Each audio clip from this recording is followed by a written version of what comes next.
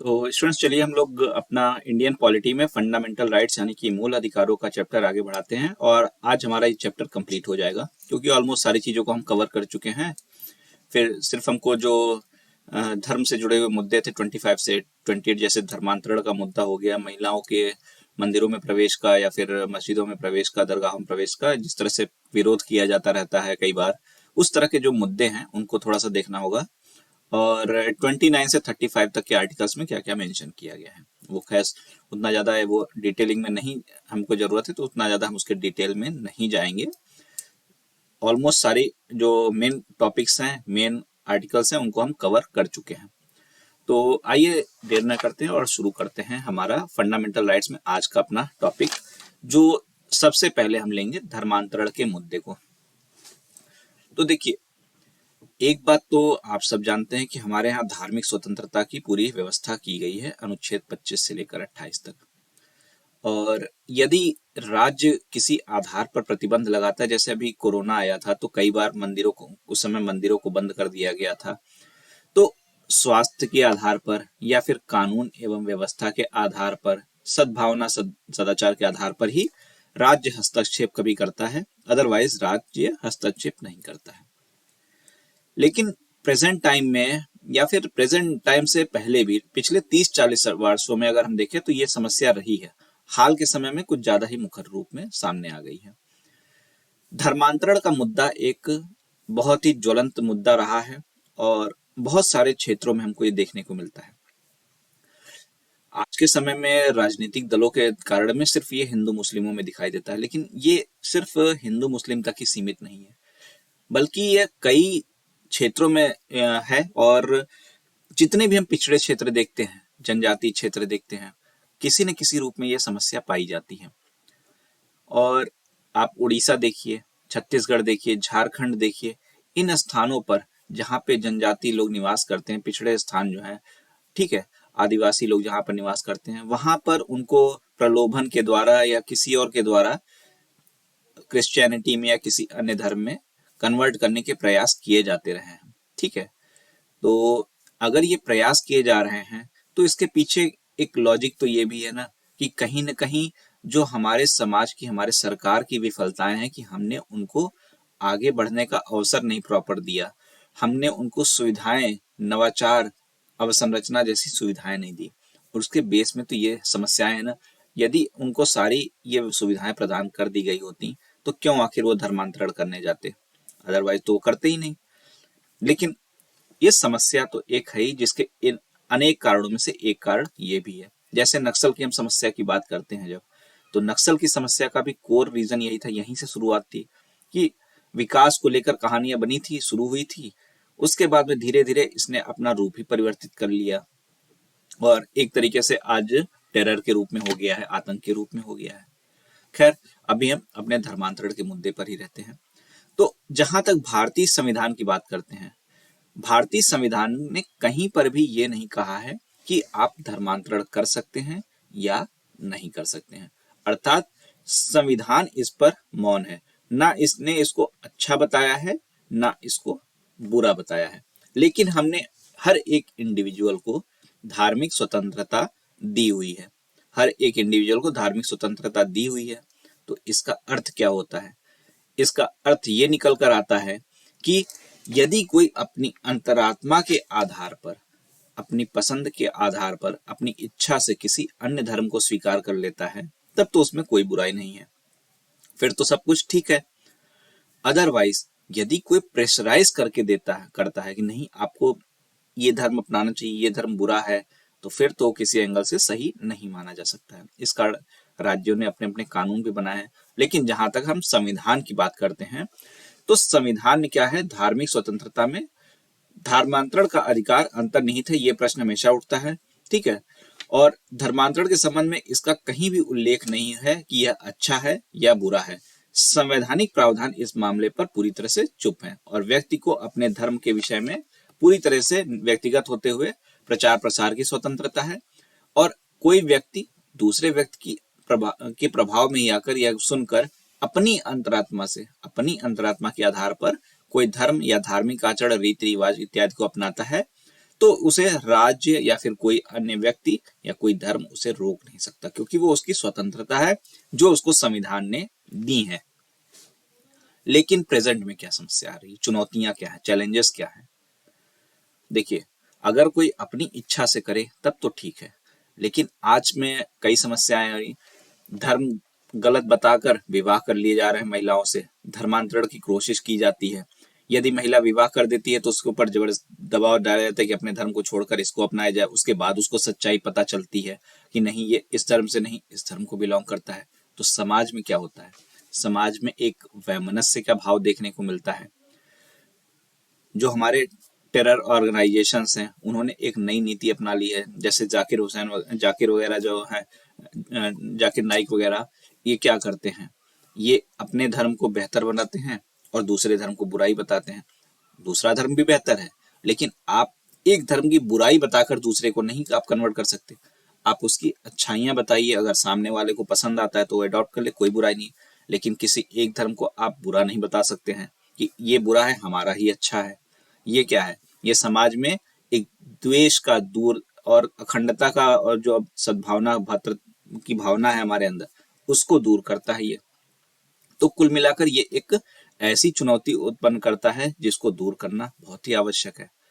छत्तीसगढ़, उड़ीसा वगैरह में, पूर्वोत्तर राज्यों, झारखंड में धर्मांतरण सामूहिक रूप से देखने को मिला है, जिसका कारण हमने अभी बताया कि पिछड़ापन है।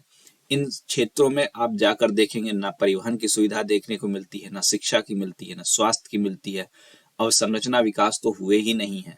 तो इसका प्रभाव क्या होगा, जो अदर रिलीजन होते हैं जिनको डेवलप करना होता है या कुछ और उनका मकसद होता है, वो उनको पैसे देते हैं, प्रलोभन देते हैं कि हम आपको ये सुविधाएं प्रदान करेंगे। तो हर किसी को आगे बढ़ने का अवसर चाहिए, फिर वो क्या करते हैं, उनके धर्म को, उनके रिलीजन को अडॉप्ट कर लेते हैं। तो ये सारी चुनौतियां यहाँ पर देखने को मिल जाती हैं, और जिस कारण से क्या होता है, अल्टीमेटली कानून एवं व्यवस्था की एक चुनौती हमको देखने को मिल जाती है। अब जब कभी कोई चुनौती आती है तो लोग कहाँ पहुंचते हैं, सुप्रीम कोर्ट के पास जाते हैं। संविधान अगर इस पर मौन है तो भाई सुप्रीम कोर्ट भी तो कुछ कहता होगा, सुप्रीम कोर्ट के भी तो अपने कुछ विचार होंगे, संविधान की अंतिम व्याख्या तो वही करता है। तो क्या ऐसी कुछ बातें हैं जिसको, जो कॉन्स्टिट्यूशन में लिखी हुई हैं, लेकिन हम नहीं समझ पा रहे हैं, तो उसकी व्याख्या कौन करेगा, उसकी व्याख्या सुप्रीम कोर्ट ही करेगा। तो सुप्रीम कोर्ट भी ये मानता है कि संविधान में तो इसका कहीं पे प्रावधान अलग से नहीं है। लेकिन जैसा एमपी में, उड़ीसा में क्या किया गया, 1969 में धर्मांतरण विरोधी कानून पारित किया गया कि आप जबरदस्ती धर्म परिवर्तित नहीं कर सकते हैं। हाल के समय में यूपी वगैरह में भी इस तरह के कानून देखने को मिले हैं, लेकिन 1969 में एमपी उड़ीसा में इस तरह के प्रावधान जब आए, कानून पारित किए गए, तो सुप्रीम कोर्ट में एक याचिका दायर हुई। सुप्रीम कोर्ट ने अपनी इस याचिका में फैसला देते हुए बताया कि 1977 में उन्होंने निर्णय दिया और उन्होंने कहा कि ये कानून संवैधानिक रूप से वैध है और ये संवैधानिक पूरी तरीके से हैं। और उन्होंने साथ में ऐसा कहा, भारत में जो धार्मिक स्वतंत्रता का मामला है वो व्यक्तिगत मामला है, लेकिन ये पूरी तरह से एब्सोल्यूट नहीं है, निरपेक्ष नहीं है। यदि लॉ एंड ऑर्डर की व्यवस्था की समस्या उत्पन्न हो रही है, या फिर स्वास्थ्य की, या फिर अदर जो हम कहें सद्भावना की, तो उस परिस्थिति में राज्य को ये अधिकार प्राप्त हो जाता है कि वो ऐसे कानून बना सकता है। तो उड़ीसा और एमपी ने ऐसे कानून जो बनाए हैं वो सही है। और साथ ही उन्होंने ऐसा भी कहा कि केंद्र इस विषय पर ऐसे स्तर के कानून बनाए जिससे ये सारी चीजें एक बार में समाप्त हों और एक लाइन खींची जा सके। और दूसरी बात इन्होंने कहा कि जो राज्य है वहां पर, उन्होंने इस राज्य के विषय में कहा कि ये आर्टिकल 12 में जिस राज्य की परिभाषा दी है, जिसमें राज्य सरकारें भी शामिल होती हैं, राज्य विधान परिषद भी शामिल होता है, वो भी इसके दायरे में आते हैं। मतलब राज्य इस विषय पर कानून बना सकते हैं, ना सिर्फ संसद बल्कि राज्य की विधानसभाएं भी इस संबंध में कानून बना सकती हैं कि कोई जबरदस्ती दबाव डालकर धर्मांतरण नहीं करवा सकता है। तो सुप्रीम कोर्ट ने अपनी इस निर्णय में इस बात को स्पष्ट किया है कि यदि राज्य कोई कानून बना रहा है या केंद्र कोई कानून बना रहा है तो ये उनको अधिकार है, बशर्ते वो धर्मांतरण जबरदस्ती कराया जा रहा है, धोखे से कराया जा रहा है, प्रलोभन के द्वारा कराया जा रहा है। यदि व्यक्ति अपनी इच्छा से स्वीकार करता है तो उसमें कोई बुराई नहीं है। अब ये तो हो गई बात सुप्रीम कोर्ट की, क्यों है, चैलेंजेस क्या है, वो भी हमने देख लिया और सुप्रीम कोर्ट का भी देख लिया। लेकिन आगे क्या करें कि इस तरह की समस्या ना आए। तो अगर बेस में अगर हम देखें तो क्या है, सिर्फ अगर हम मान लीजिए आज स्टेट कोई कानून बना दे, स्टेट कोई कानून बना दे, सेंटर कोई कानून बना दे, तो सिर्फ लॉ एंड ऑर्डर बनाने के लिए अगर कानून को बना दिया जाए तो उससे समस्या क्या पूरी तरह से समाप्त हो जाएगी? नहीं समाप्त होगी, क्योंकि जो पिछड़े क्षेत्र हैं, जहां पर दूर दराज के जो क्षेत्र हैं, जहां पर विकास नहीं पहुंचा है, आप कितनी दूर तक पहुंच सकते हैं? नहीं पहुंच सकते। आप व्यक्ति को, अगर आपको सही में इस समस्या का समाधान करवाना है तो आपको किस पर बल देना होगा? शिक्षा पर बल देना होगा, स्वास्थ्य पर बल देना होगा, संचार पर, अवसंरचना पर बल देना होगा, जिससे इन पिछड़े क्षेत्रों में जो वास्तविक समस्याएं हैं, जिनका प्रलोभन दिया जाता है, उन समस्याओं को दूर किया जा सके, लोगों में अपने ऊपर विश्वास आ सके। और जब ये सारी चीजें होंगी तो अपने आप जो धर्मांतरण की जो समस्या है वो अपने आप निपट जाएंगी। और कुल मिलाकर अगर कहा जाए तो जो पिछड़े क्षेत्रों में विकास के कार्य हैं उनको ही बढ़ाना होगा। और भारत में गरीबी, भुखमरी और बेरोजगारी जैसी जो समस्याएं हैं, सरकारी बेरुखी जैसी जो समस्याएं हैं, जिनसे लोग डरते हैं, जिनके प्रभाव में लोग धर्मांतरण करते हैं, उन समस्याओं को दूर करना पड़ेगा। तो ये तो समस्या थी कौन सी? धर्मांतरण की। दूसरी कौन सी समस्या देखने को मिलती है? धार्मिक स्थलों पर महिलाओं की आवाजाही की। देखिए, धार्मिक स्वतंत्रता तो हमको दी हुई है, मंदिरों को अपने प्रबंधन वगैरह करने की, प्रशासन करने की भी स्वतंत्रता दी हुई है। और इस आधार पर कई बार क्या होता है, धार्मिक स्थलों पर, चाहे हिंदू धर्म हो चाहे मुस्लिम धर्म हो, कई प्रकार के प्रतिबंध महिलाओं पर लगाए गए हैं, जिससे वे दरगाहों में या मंदिरों में प्रवेश नहीं कर सकती हैं। ठीक है। और इनके पीछे हवाला दिया जाता है कि जो धार्मिक स्वतंत्रता हमको दिया हुआ है मूल अधिकारों में, उसके तहत हम ये कर रहे हैं और इसमें कोई बुराई नहीं, क्योंकि हमको संचालन की स्वतंत्रता प्राप्त है। ठीक, ये तो एक समस्या है, क्योंकि अगर आपको स्वतंत्रता प्राप्त है तो महिलाओं को भी तो स्वतंत्रता प्राप्त है। महिलाओं को भी अपनी इच्छा से अगर वो कुछ नहीं कर रही है तब तो ठीक है, लेकिन आप प्रेशराइज अगर कर रहे हैं तो वो भी तो फंडामेंटल राइट्स के अगेंस्ट में है। चाहे आप आर्टिकल 15-16 में चले जाइए, चाहे आप यहाँ पे आ जाइए। ठीक है, धार्मिक रूप से भी देखते हैं, आर्टिकल 15 के रूप से देखते हैं, तो भी आप अगर भेदभाव कर रहे हैं तो ये तो गलत विषय है। तो ये तो एक समस्या तो है, लेकिन इस समस्या का वास्तविक कारण क्या है? एक तो सामाजिक प्रथा या फिर कुप्रथा, कुछ प्रथाएं चली आ रही, कुछ कुप्रथाएं चली आ रही, जैसे सती प्रथा थी। सती प्रथा में क्या होता था, शुरुआत जब हुई, अगर महिलाओं का फिर उस समय ध्यान कौन रखे, इस तरह की बातें होती थी। कई बार प्रॉपर्टी को लेकर विवाद होता था, तो एक कस्टम बना दिया गया कि महिलाओं को भी उनके पति के साथ में सती हो जाना चाहिए। तो धीरे धीरे उसको एक देवी सती से जोड़ दिया गया, भगवान सती से जोड़ दिया गया, और सती प्रथा को कुप्रथा में बदल दिया गया। इस तरीके से वो चलती चली आई, लेकिन आगे चलकर वो दूर तो हुई ना। तो कुछ ऐसी प्रथाएं हैं या फिर कुप्रथाएं हैं जो सदियों से चली आ रही हैं और उसको फॉलो किया जा रहा है। समाज आज भी पुरुष सत्तात्मक है, पुरुष सत्तात्मक है। धार्मिक रीति रिवाजों में महिलाओं को प्राथमिकता नहीं दी जाती है। ठीक है, धार्मिक स्थलों का जो निर्माण किया जाता है, संचालन किया जाता है, जो ट्रस्ट वगैरह बनाए जाते हैं, अगर हम उसमें देखें जहां से वित्तीयन वगैरह हो रहा है, उसमें महिलाओं की भागीदारी उतनी नहीं होती है। तो अगर महिलाओं की भागीदारी नहीं है तो फिर उनको अगर हम कहें आगे बढ़ने का मौका मिलेगा तो गलत ही है। जब भागीदारी ही नहीं है, सुनिश्चित है, तो आगे बढ़ने का मौका कहाँ से मिलेगा? तो ये रीजन तो एक्चुअल में यही है। और अगर सोल्यूशन करना है तो इन्हीं चीजों को हमको दूर भी करना होगा। दूर कैसे कर सकते हैं? मान लीजिए राज्य इस पर अगर कानून बना दे कि आप महिलाओं को प्रवेश देंगे, या केंद्र का कानून बना दे, सुप्रीम कोर्ट ने जैसे सबरीमाला में वर्डिक्ट दे दिया, तो कहीं ना कहीं ये फिर आपके धार्मिक जो स्वतंत्रता दी हुई है उसका भी तो आप अतिक्रमण करने की प्रयास शुरू कर दे रहे हैं ना। एक तरफ तो उनके भी अपने तर्क हैं, तो आप इस तर्क को भी सही करने लग रहे हैं। तो वास्तविकता में क्या किया जाना चाहिए? वास्तविकता में सिर्फ कानून बनाकर आप इसको नहीं कर सकते हैं। यदि आप केवल कानून बनाएंगे तो अप्रत्यक्ष रूप से ये क्या होगा, धार्मिक स्वतंत्रता के अधिकार का उल्लंघन ही होगा। ठीक है, और ये हस्तक्षेप करना भी कहीं से उचित नहीं होगा। लेकिन कानून एवं व्यवस्था सदाचार के मामले पर तो ऐसा किया जा सकता है। तो जो भी धार्मिक स्थल हैं उनके जो संचालक होते हैं उनको ये चीज समझनी होगी कि यदि वो लंबे समय तक इस तरह की चीजें करते रहेंगे तो इन तीन स्तरों पर, कानून व्यवस्था, स्वास्थ्य और सदाचार के मुद्दे पर, कहीं न कहीं राज्य फिर अपने ऊपर इस चीजों को ले लेगी। और सारा चीज अगर राज्य कानून बनाएगी तो सिर्फ महिलाओं के प्रवेश पर तो बनाएगी नहीं, वो संचालन इत्यादि पर भी बनाएगी। तो अगर इस समस्या को दूर करना है, अपनी स्वतंत्रता को बनाए रखना है, तो जो धार्मिक स्थल हैं उनको खुद अपनी इस जिम्मेदारी को समझना पड़ेगा। धार्मिक स्थलों को खुद इस जिम्मेदारी को समझना पड़ेगा कि एक बार अगर सरकार ने चीजों को अपने हाथ में ले लिया तो फिर उनके हाथ में कुछ नहीं बचेगा। और चाहे वो धार्मिक स्वतंत्रता का अगर हवाला देते रहेंगे, सुप्रीम कोर्ट में भी जाते हैं, तो तीन जो पैटर्न है जिनके आधार पर सरकारें भेदभाव कर सकती हैं, कमी कर सकती, कटौती कर सकती मूल अधिकारों का, उनका हवाला देते हुए उसको सही ठहरा दिया जाएगा। तो धार्मिक स्थलों को इस मामले में सचेत करने की आवश्यकता है, उनको एक कहें तो उनको ट्रेनिंग देने की आवश्यकता है, जो भी कह लें, शिक्षित करने की आवश्यकता है कि आप इन सब चीजों को समझिए।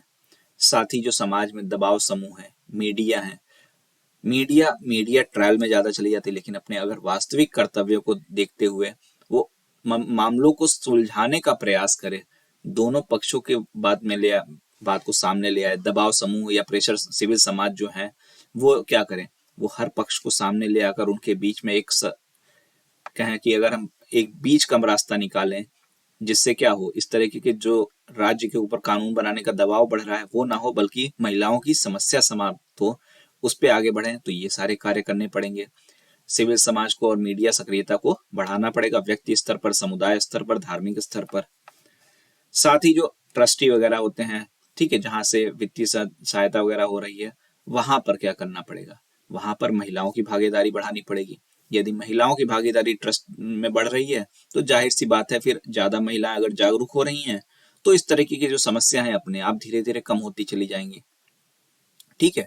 और इन सब के अलावा सबसे बड़ी चीज, एटीट्यूड को बदलना पड़ेगा, क्योंकि धर्म क्या है, एक आंतरिक अनुभूति का विषय है जो महिलाओं के लिए पुरुषों के लिए समान है। तो अगर हमको सही में ऐसा कुछ करना है तो जो हमारी कुप्रथाएं हैं उसमें बदलाव करना पड़ेगा, शिक्षित करना पड़ेगा, हर वर्ग को शिक्षित करना पड़ेगा, हर धर्म के लोगों को शिक्षित करना पड़ेगा। और कहीं न कहीं इस शिक्षा की शुरुआत सरकार के साथ साथ धार्मिक स्थलों को भी करना पड़ेगा, जिससे महिला पुरुष के बीच में जो भेदभाव की समस्याएं हैं वो समाप्त हो सकें। तो ये सारे उपाय किए जा सकते हैं जिनके द्वारा हम क्या कर सकते हैं, जो महिलाओं के प्रवेश से संबंधित समस्याएं हैं उसको दूर कर सकते हैं। तो यहां तक तो कहानी हो गई किसकी, आर्टिकल 28 तक। अब हम जल्दी जल्दी से बाकी के आर्टिकल भी देखते हैं, उनमें बहुत ज्यादा चीजें नहीं है। आर्टिकल 29 और 30 जो है माइनॉरिटी से रिलेटेड है, अल्पसंख्यकों से रिलेटेड है। माइनॉरिटीज के हितों की रक्षा के विषय में कहानी दी गई है, जो सारी बातें की गई हैं आर्टिकल 21 में। और माइनॉरिटीज के अधिकारों के लिए, उनके अपने शिक्षण संस्थान वगैरह बनाने के लिए, इंस्टीट्यूशन बनाने के लिए जो अधिकार दिए गए हैं वो आर्टिकल 30 में दिए गए हैं। तो कुल मिलाकर आर्टिकल 29 क्या करता है, अल्पसंख्यकों के अधिकारों से संबंधित है। भारत के किसी भी वर्ग के लोग, संप्रदाय के लोग, भाषा, लिपि, संस्कृति को बनाए रखने का उनको अधिकार है और संरक्षण का अधिकार आर्टिकल 29 और 30 से दिया गया है। ठीक है। वित्तीयन किए जाने, राज्य के द्वारा जो वित्तीयन किया जा रहा है, अगर स्टेट कहीं पर कर रहा है तब तो आप भेदभाव नहीं कर सकते हैं, ठीक है। लेकिन अगर प्राइवेट है तो आप अपने अनुसार वहां पर वित्तीयन वगैरह, प्राइवेट वित्तीयन है, वहां पर सरकार की भागीदारी नहीं है, तो अपने धार्मिक और भाषाई अल्पसंख्यक जो आपके हैं, जो आपके विचार हैं, उनका आप प्रचार प्रसार कर सकते हैं, उनकी आप प्रबंधन कर सकते हैं, उसमें राज्य कोई आपको दखलंदाजी नहीं करेगा। तो आर्टिकल 29 और 13 जो है माइनॉरिटीज के रक्षा के हिसाब से है। आर्टिकल 32 हमने कहा था यदि राज्य सरकार या केंद्र सरकार फंडामेंटल राइट्स में अगर कटौती हो रही, कमी हो रही है, तो आप सीधे कहाँ जा सकते हैं, सुप्रीम कोर्ट जा सकते हैं, सर्वोच्च न्यायालय में जा सकते हैं। और सर्वोच्च न्यायालय फिर क्या करती है, आपके अधिकारों के रक्षण करती है, और इसमें वो 5 तरीके के रिट जारी कर सकते हैं। ये रिट वगैरह तो हम जब सुप्रीम कोर्ट का चैप्टर करेंगे वहां पर देखेंगे, लेकिन ओवरऑल आर्टिकल 32 है, राइट्स ऑफ कॉन्स्टिट्यूशनल रेमेडीज है, ठीक है। और इस अनुच्छेद को अंबेडकर जी ने संविधान की आत्मा कहा था, अनुच्छेद को याद रखिएगा, पार्ट को नहीं, अनुच्छेद, इस पर्टिकुलर अनुच्छेद को संविधान की आत्मा, क्योंकि ये व्यक्ति के अधिकारों की रक्षा का उपाय है एक तरीके से। ठीक है। आर्टिकल 23 क्या कहता है? संसद को कुछ अधिकार दिए गए हैं और संसद को अधिकार इस तरह से दिए कि कुछ लोगों के जो फंडामेंटल राइट्स हैं वो हम आम नागरिकों के रिस्पेक्ट में कम होते हैं, उनमें प्रतिबंध लगाया जा सकता है और लगाए गए हैं। जैसे जो डिफेंस फोर्सेस हैं, पुलिस फोर्स है, पैरामिलिट्री फोर्स है, इंटेलिजेंस एजेंसीज हैं, उनके ऊपर कुछ प्रतिबंध लगाए गए हैं, रिस्ट्रिक्शंस लगाए गए हैं फंडामेंटल राइट्स के रिगार्डिंग, कि कुछ सर्टेन अधिकार उनको नहीं प्राप्त हैं जो आम जनता को प्राप्त हैं। ठीक है। इसी तरीके से आर्टिकल 34 में सेना के शासन के संबंध में अधिकार बताए गए हैं और आर्टिकल 35 में ये कहा गया है कि संसद यदि कुछ कानून, नए कानून बनाना चाहती है और सजा का कुछ प्रावधान करना चाहती है, जैसे बाल श्रम के शोषण वगैरह में और इस तरीके के जो बालकों का शोषण वगैरह किया जाता है, 17 और 23 के आधार पर सजा वगैरह के जो प्रावधान किए जाते हैं, वो सब आर्टिकल 35 के अकॉर्डिंग सरकार कर सकती है।